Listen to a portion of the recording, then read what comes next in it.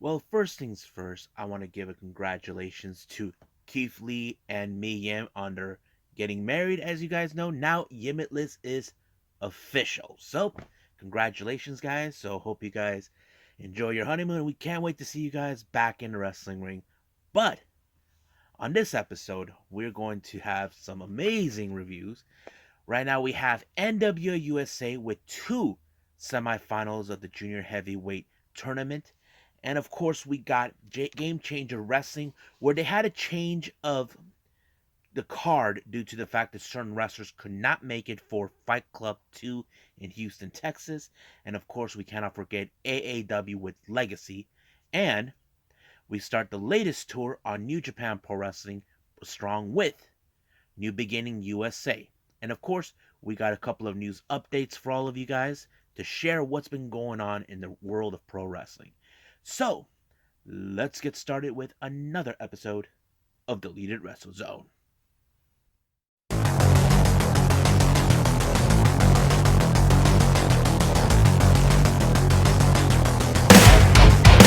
Are you ready? Get up, get up! Get up, get up! Get up, get up! Get up, get up! Get up, get up! Get up, get up!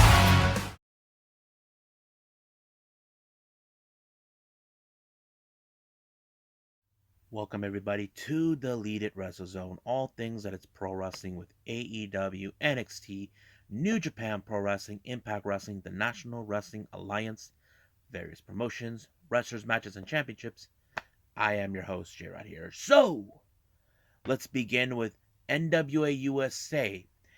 It opened up, of course, with May Valentine conducting an interview with Strictly Business. Now, as you know, Strictly Business suffered a loss against the reunited British Invasion, consistent of the ambassador of British Pro Wrestling, Doug Williams, and the national treasure, Nick Aldis. However, in this type of scenario, what we see with Strictly Business, as you know, there's always a conspiracy, and Strictly Business has been known to believe there's been conspiracies against them, believing that they got screwed once again in this particular match.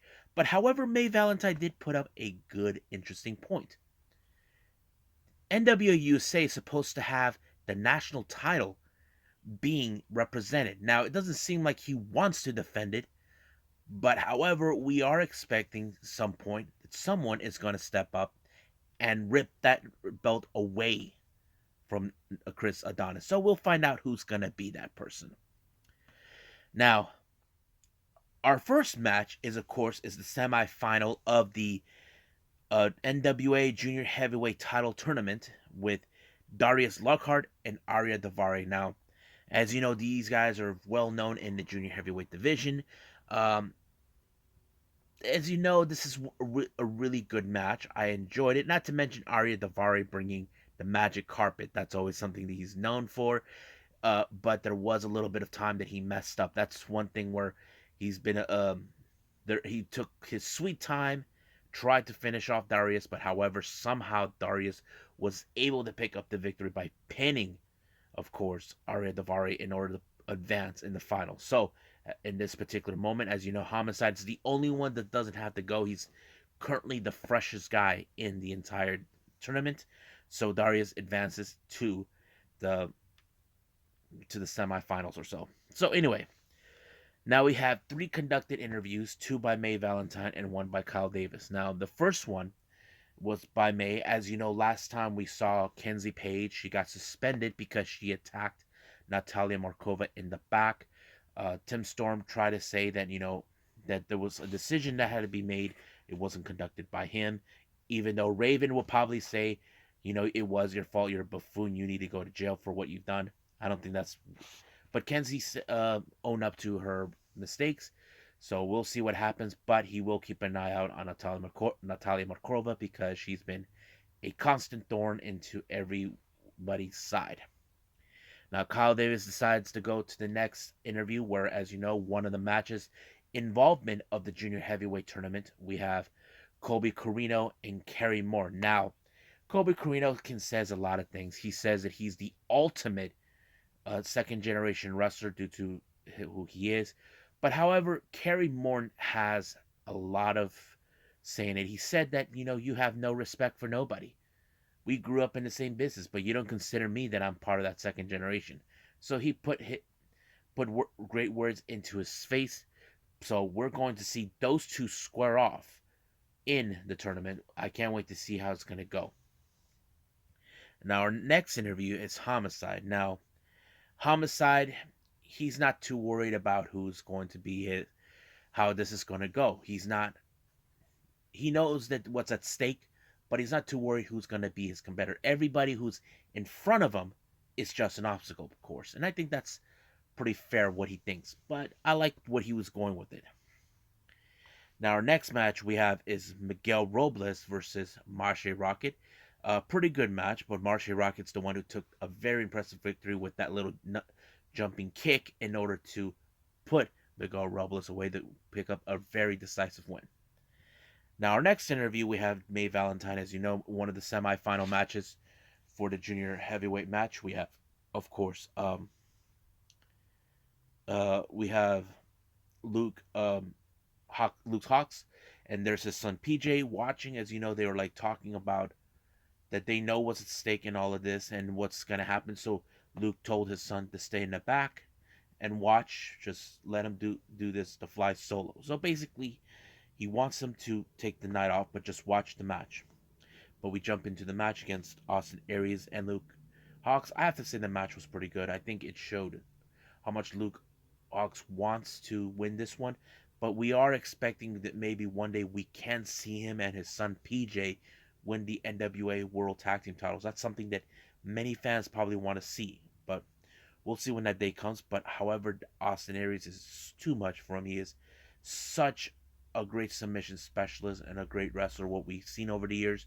So he could be one of those potential wrestlers that can go all the way to the finals. I predict that maybe he could be those guys that go and face Homicide. So we'll see what happens then.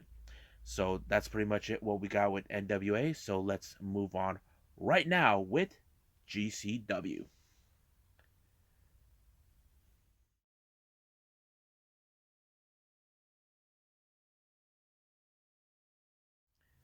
Okay, so we got the latest Game Changer Wrestling that took place on the 4th of February. They also did some event. They did this as a co-collaboration with Local Wrestling, which is a local promotion down in Houston. This one is called Fight Club 2 Houston. Unfortunately, this match was already advertised with certain wrestlers, but however, due to uh, the storm or whatever's been going on due to the weather climax, there have been some changes in the card. Many wrestlers couldn't make it. There are those that had to take another flight somewhere close enough to drive straight to Houston. Gringo Loco was amongst them, who mentioned that he actually took a flight to Dallas and then he drove 4 hours to Houston. So there's been a lot of changes in this particular card. But however, I'm not going to criticize or take anything away from GCW. I know they did their best as possible because of that. But it doesn't mean they cannot give out a good show. Now, the opening match, it opened with a four-way match. We have Jordan Oliver versus Lowrider versus Chris Carter versus Grim Reaper.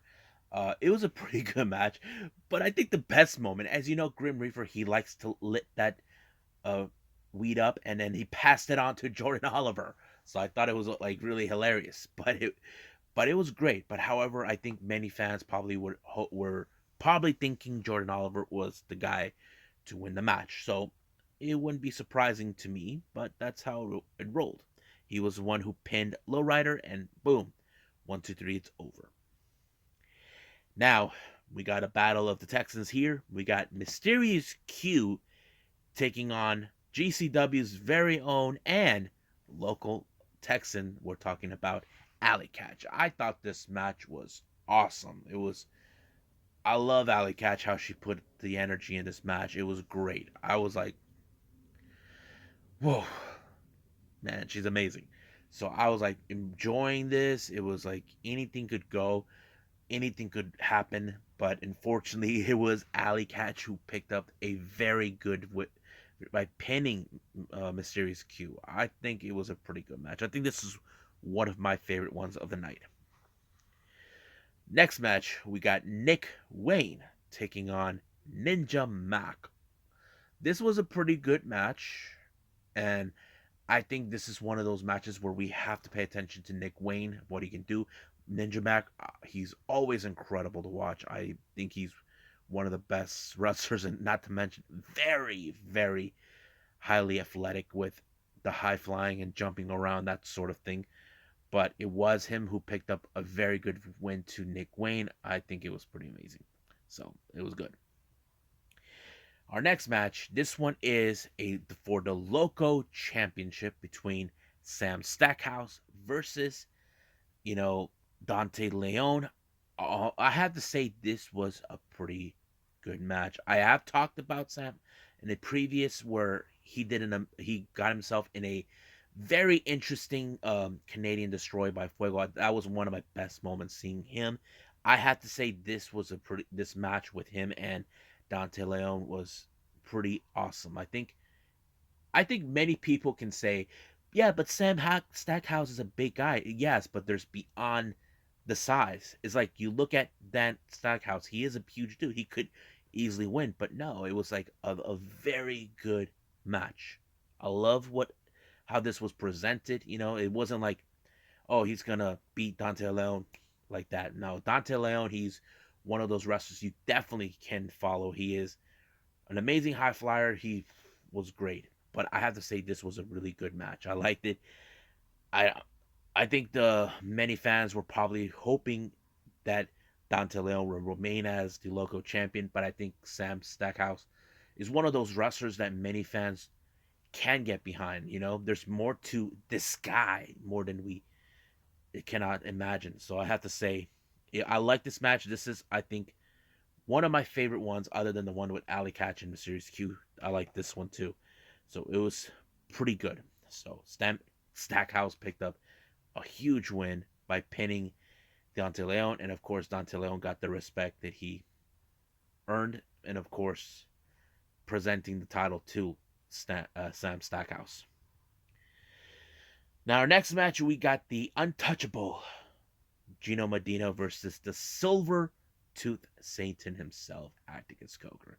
Now I was like thinking already in the back of my head about him, like Atticus Coker's gonna beat him completely, like use the unnecessary violence that I don't think Gino has, like it's not in his repertoire. If you guys know what I'm talking about. But it did happen that way. But he did use Atticus Coker didn't use like a lot of the whole hardcore stuff that he uses, like the sharp objects. All he did use was just the chair. It did help him win the match. And you can hate him all you want, but that's how he rolls. Next up is Effie is just fine taking on Brian Keith. I have to say the match that he had with Jeff Jarrett kind of woken him up into a whole new different Effie. I think that was like one of the things that we can talk about. Him probably being a different person. But he was able to pick up a very quick pinfall onto Brian Keith. Like some people could say he stole that match from him. I'm like, yeah, but the record says that he won. That's how it goes. That's what it's gonna say. Next up, we got another four-way match. We got Gringo Loco versus ASF versus All Heart versus Blake Christian versus the debut of Masca Dorada, or who you guys remembered him as in WWE, Gran Metalik. I have to say it was great to see him there. Awesome match. I have to say it was pretty good. A lot of high flying in this particular match, but however, in this one, Blake Christian won by pinning. I forgot who it was that he pinned, but it was great. I enjoyed everything that took place in this one. Now, our main event, this was a steel cage death match. Originally, it was already advertised for something else, but later was changed to Sadika versus the boy Jimmy Lloyd in a 1-on-1 match. However, Chris Carter jumped off the cage, and it became a triple threat match. And then all of a sudden, here comes once again the guy that everybody hates, Atticus Cogar, saying that he thinks is a load of crap, that why we're back in Houston, all of this and that. So basically throw in some heat. But he decided to say if he loses that he wants to be integrated in this match. However, the stipulation that he put out saying if he loses this match, he will not be coming back to that he will be leaving Houston. So basically they took the order, but the real question is that was pretty much the case. He even brought those skewers. He multiplied them onto Chris Carter, and that was so crazy. As you know, I was like wondering how would he take Sadiqa. I mean, she's really crazy. But however, it was just him who picked up the victory when he pinned Chris Carter for the victory. It was a pretty good one. Now, I have to say, I know they could have done a lot better, but of course things have to change. It was an okay event, but I only did like two matches. The one with Mysterious Q and Alec Hatch, and of course the local championship with Stan Stackhouse and Donatello. Those are two of my very favorite ones that I think stand out for me.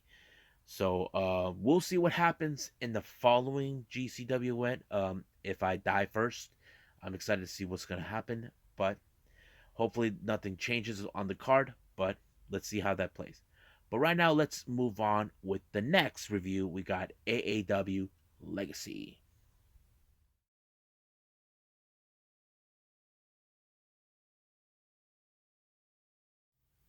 Okay, so AAW's back with Legacy.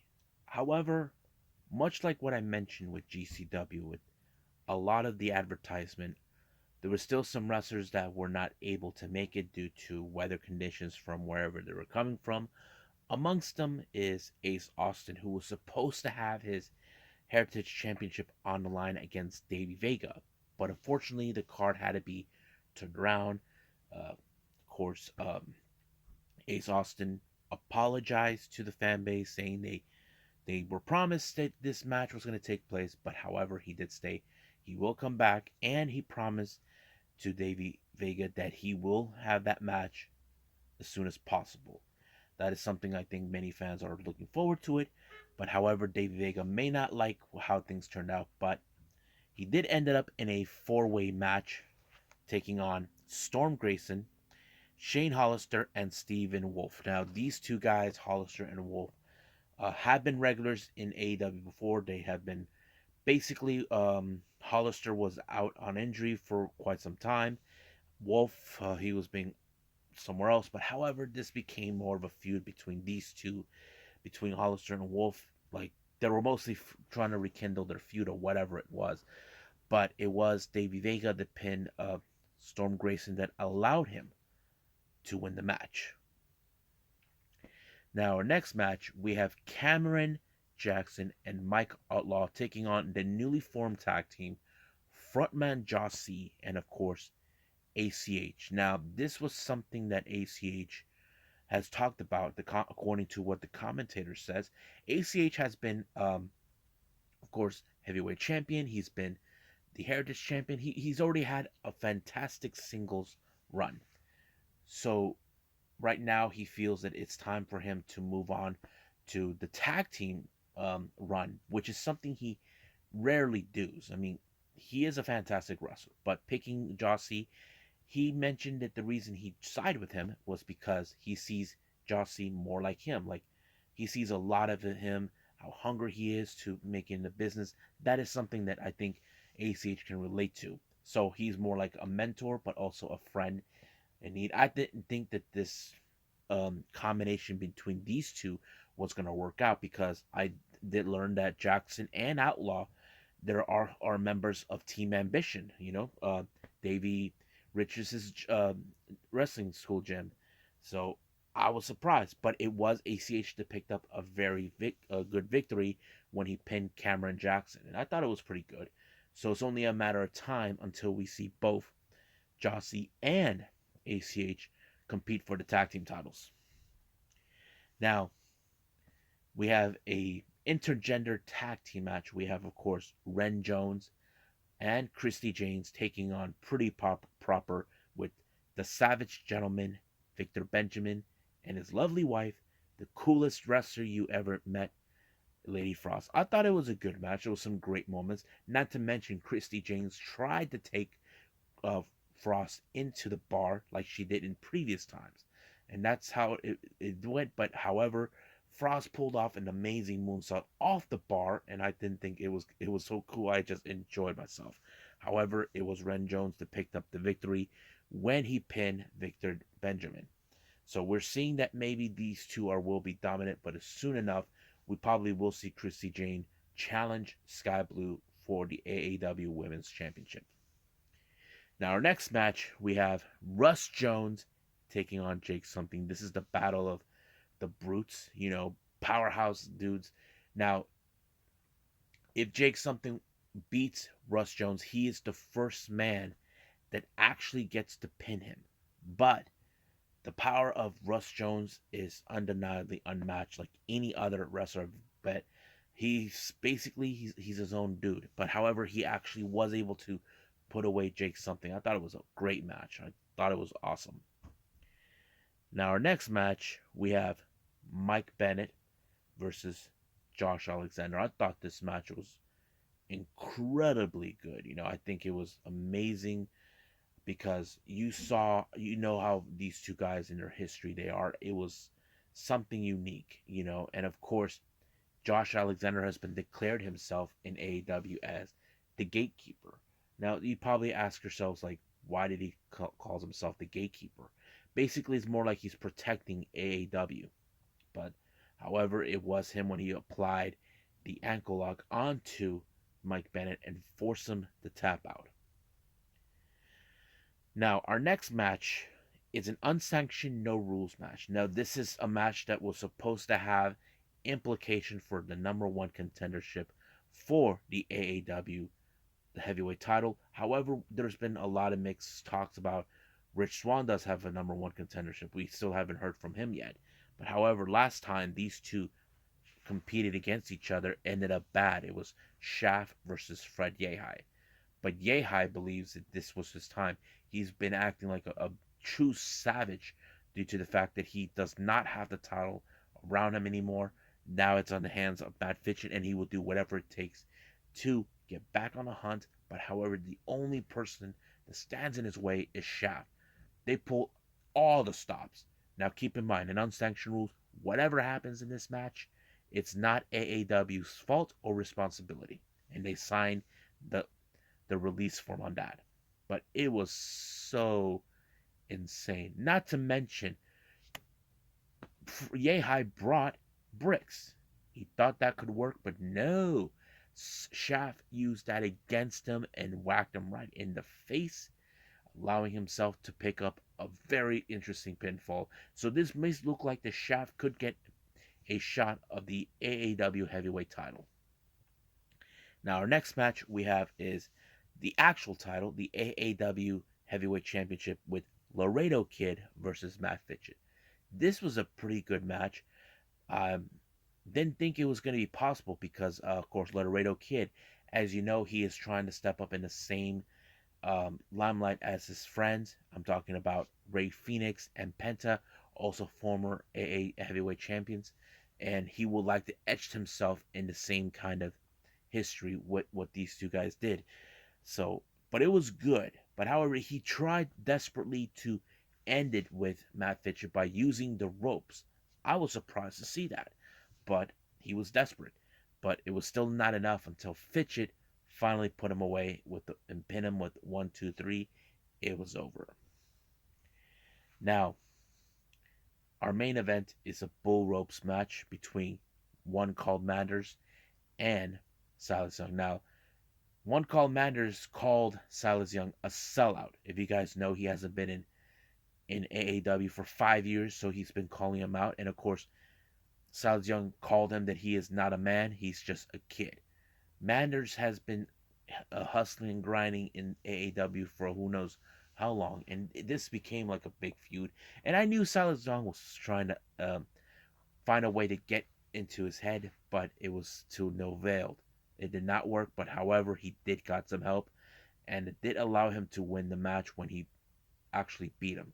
So Silas Young got away to get with it again, but the real question, who's going to put him away? So I think this show was pretty good. I liked it. I enjoyed it. I know there was some advertisement that never happened, but we'll see what happens down the line in future AAW events. But I think right now we should move on to the beginning of New Japan Strong.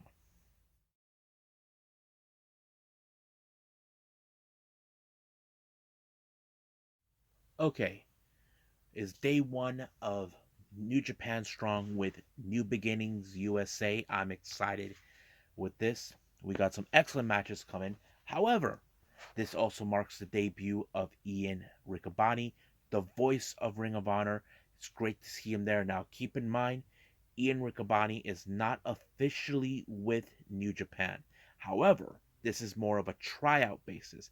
I mean, I would like to say I would like to see how it goes because I don't know if the general consistency with this whole thing, if Kevin Kelly is going to be in Japan doing the English commentary, and of course Ian Riccobani doing the New Japan Strong. I feel like maybe they should do that for him, and I think that's what they need to do. But we'll see what happens then. If Ian Riccobani passes the test with New Japan, I'll be happy with it. But right now, let's get into our first match. We got Yuya Uemura of the LA Dojo taking on Brody King. Now, keep in mind, Yuya Uemura has never shied away to challenge bigger opponents and opponents that have far more better experience than him. I have to say, Yuya Uemura pulled off an amazing match, but however, it came up short until Brody put him in the Gonzo bomb and it was over right there. But I have to say, Yuya is one of the most interesting young lions I've ever witnessed. I feel that he does have a bright future. I can't wait to see what happens once he graduates from the LA dojo and then he goes back to Japan. Our next match, we have of course members of Team Filthy, the West Coast Wrecking Crew, consistent of Jarrell Nelson and Royce Isaacs, taking on Leo Rush and Rocky Romero. Now keep in mind, the New Japan officials told if Black Tiger attacks Rocky Romero in this match, they will be fined, all five of them, and suspended. So basically, Team Filthy will be out of action. But however, this match was great. Now you can look at Royce Isaacs and Jarrell Nelson. They're very technical on what to do. That's the reason they were recruited to join Team Filthy. But however, the official collaboration, how both Rocky and Leo Rush was unbelievably unmatched. I was surprised how they were able to work together. But the best moment is when Rocky had, of course, Royce Isaacs in the triangle lance, which is that MMA move. Royce Isaacs was about to get himself to get out of there, but Leo Rush was able to use in ring rooms and give him an enziguri right in the back of his head, forcing Royce Isaacs to tap out, allowing himself to have a good victory. But however, Royce Isaacs and Jarrell Nelson decided to decided to beat up Rocky Romero in of course in honor of their teammate Black Tiger, and they brought his kendo stick to send a direct message to him. Rocky Romero will get his revenge against the one man. As you know, Rocky Romero was a previous Black Tiger, and now he's going to face someone who he considers is not really the real Black Tiger. Now, before we start our main event, we have, of course, Finju sending a message to both Jonah and Bad Tooth Tito. As you guys recall, last time they got themselves beat up by these two guys, but now they're ready for action to kick some ass on this one. But we'll just wait and see when that day comes. Now, our main event, has been gone and off in the 5 years in the making. This is TJP versus the Wild Rhino himself, Clark Connors. And as you know, this particular event took place in Seattle, Washington, which is Clark Connors' hometown. It was pretty good. I have to say there was a lot of good memories, but there was a moment where Clark Connors played possum to TJP, tried to play dumb, and it worked. However, the only question that Rian Riccobani made an excellent point is Clark Connors' knee really 100%? That is the problem. We know we've seen him with his arm being broken, hurt too. That is still an open question, but TJP pulled up every stop he could to put him away. He even applied the Black Mamba, which is the finisher move that allowed him to win many of his matches. But somehow, Clark Connors was able to walk out and beat him out of that. I was like, whoa, that's insane. So Clark Connors couldn't was able to beat him. He took every inch. He even speared him a couple of times. I was like, wow. Until finally, Clark Connors did a black bomb of his own, and then he power bombed them once there, and all of a sudden, Clark Connors finally got one match over him, sending a direct message that he is someone that you should not cross. As you remember, TJP had held him down in the past, but now he's not. So this time, Clark Connors got his payback, and it's a good victory. I can't believe that he actually finally did it. And the best part is, Will Ospreay wasn't there, so he's probably somewhere else. But I think that it was a pretty good show. I can't wait to see what's going to take place next week with New Beginnings. But I believe right now is for me to end it right here. But however, move on with some news updates for all of you.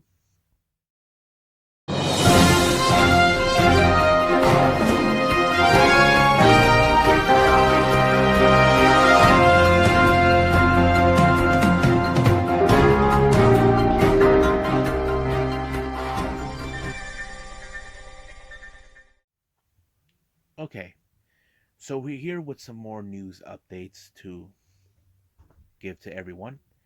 As you know, former WWE, former ECW, former WCW star Lance Storm has now officially joined Impact Wrestling as a producer and coach. Now, some of you probably saying, really? He really is going to do this? Yes.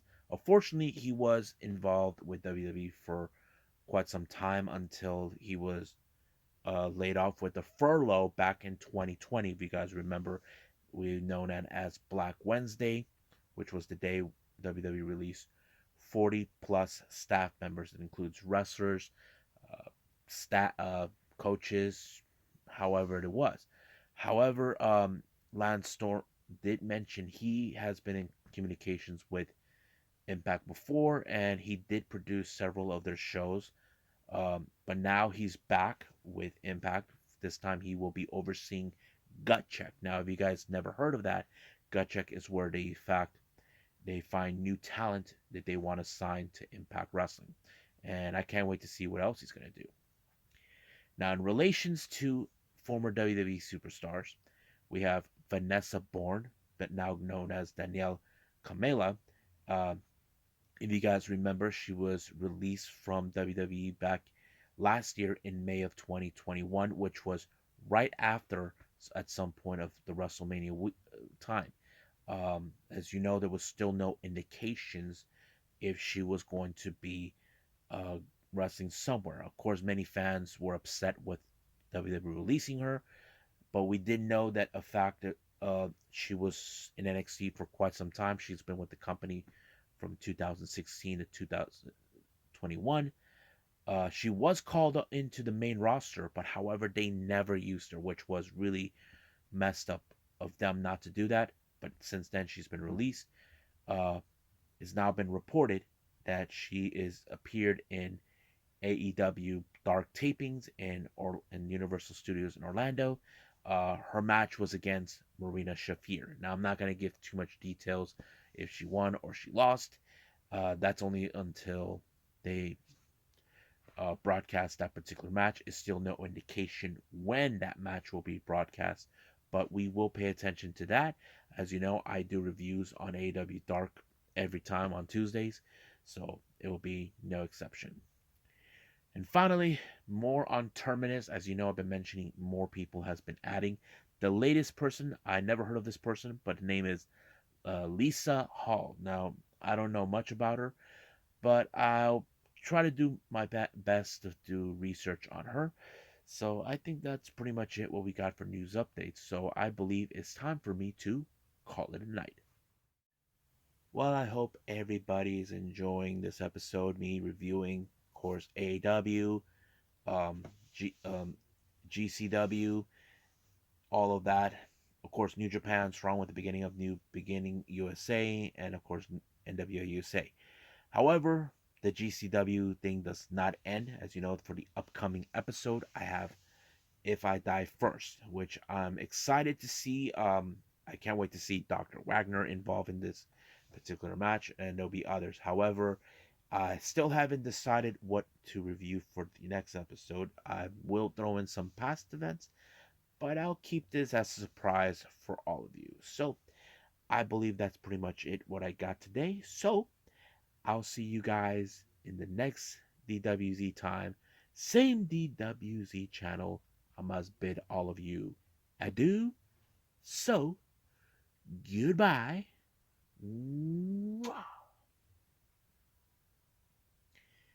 And have a nice day. Bang.